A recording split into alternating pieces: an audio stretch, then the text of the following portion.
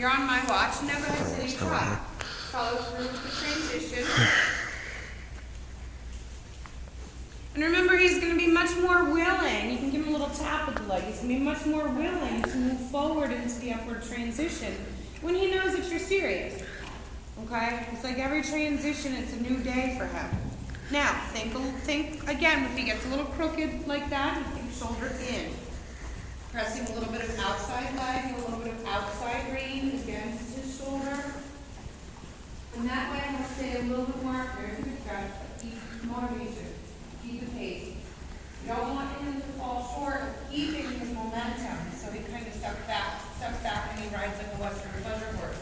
He's got to make sure that he stays moving forward for you. I know it gets a little bit bouncy, but the idea behind moving with your horse when he's moving forward a little bit more is to have more movement, okay? Push him forward as you come through the door, come by the door.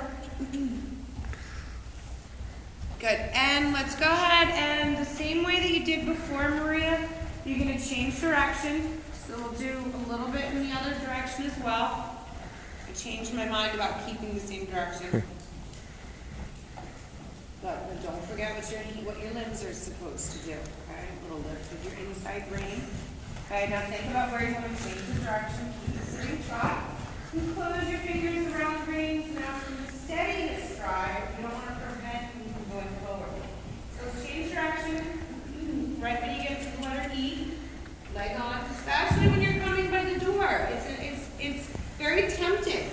They know where the door leads to. Home, rest, bed, friends, play, food, all of the above.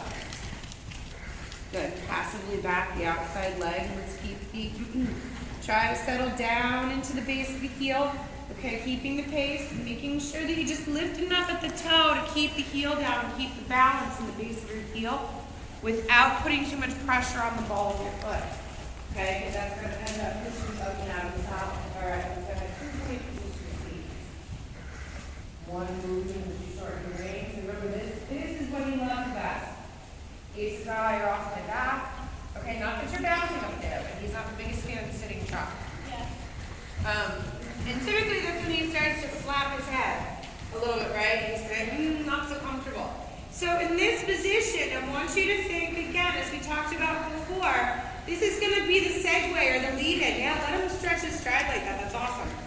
He can basically go 100 miles an hour around the ring. I love it. Because if anything, this horse, when he sucks back, it makes it more work for us.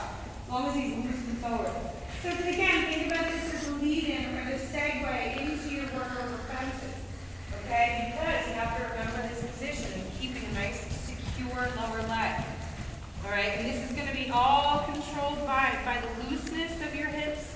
Not loosey-goosey or Gumby. Okay? Controlled looseness. If that makes any sense, but also through the strength in your core. Now, why don't you go ahead and change direction at B, okay? B is where we were changing direction towards, right over here. So maintain the 2-point. I'd like to see that you can still steer and maintain correct steering and correct pace while you're in the 2-point. Again, just take your time to move up there. A little outside aids if he starts to get a little drifty. Good. There, it's a good stretch. All right, and we're going to change direction one more time. Try to keep a hold of the 2-point. Don't get yourself into kind of half posting and work. And you know, we'll take another break when we move into the canter. Just so we can have a little more of an efficient canter. But let's change direction one more time. Good. With your eyes, just hold it. Still don't press down with the inside rein. Make adjustments if you need to.